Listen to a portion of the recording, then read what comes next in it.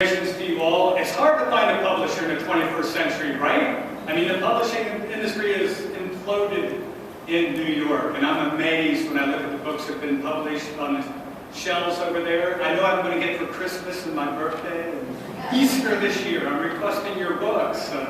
But yes, I literally ran into my publisher, had never met her before, didn't know who she was. And she's the leading London publisher of theater books and also of Shakespeare books worldwide, art and Shakespeare. We got to talking in the lobby. She invited me to submit 2 Shakespeare books that I'd completed. And so I was really excited about that. So I sent her the 2 books. One of the books compared the pithy sayings of finance guru Warren Buffett with his blessings with the poetic work of William Shakespeare, if you can imagine. And the other documented the growth of Shakespeare festivals from Toronto to Tasmania.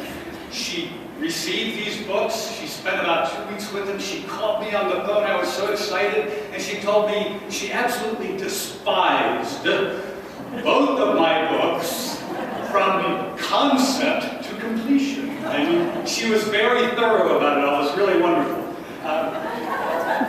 The good news was that she was very excited about 2 other books that I'd completed, the 2 that we've talked about today. She liked the idea of how to run a theater because she knew that so many of the world's theaters are in need of sound business models and practices.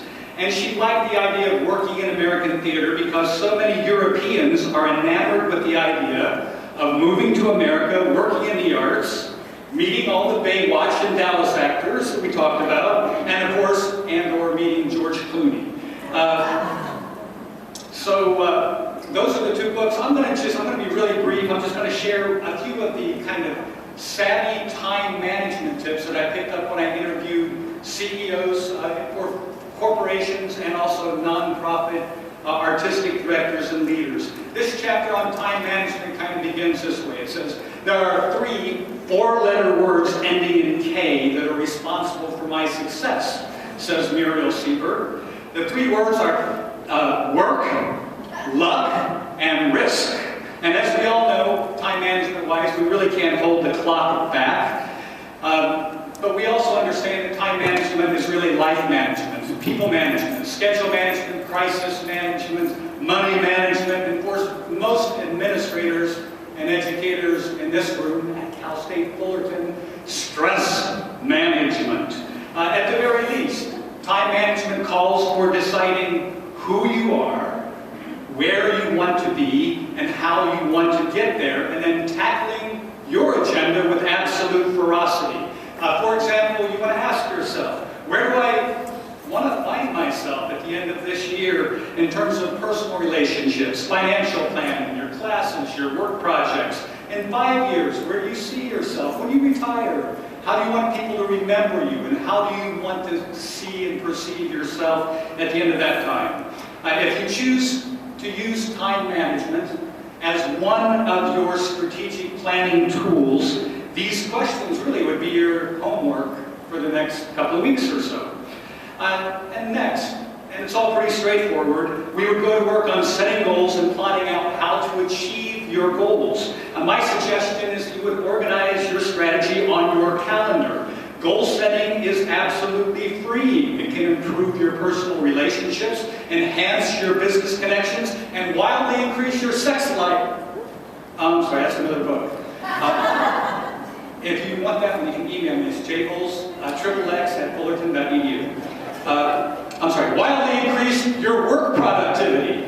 Time management really does have the power to change your life. Aldous Huxley said it best. He said, you shall know the truth, and the truth shall make you mad. Mad that you didn't organize your life sooner. Time management is also values clarification. Really, knowing what is most important to you and why. Do you value your career over your family, for example? Are you a team player?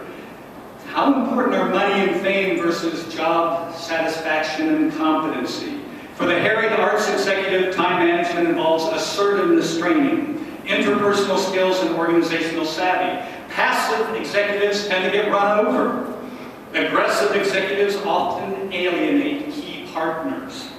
and assertive executives usually manage to achieve institutional goals without stepping on people or violating the rights of others.